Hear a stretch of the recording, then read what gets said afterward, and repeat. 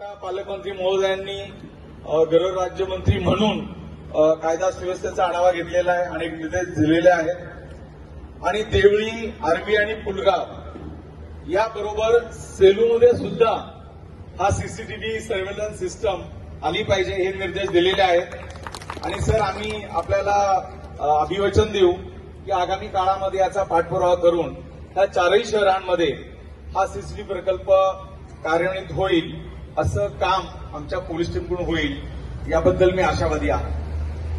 मित्रांनो, तिसरा डोळा हा शब्दप्रयोग सगळ्यांना परिचित आहे।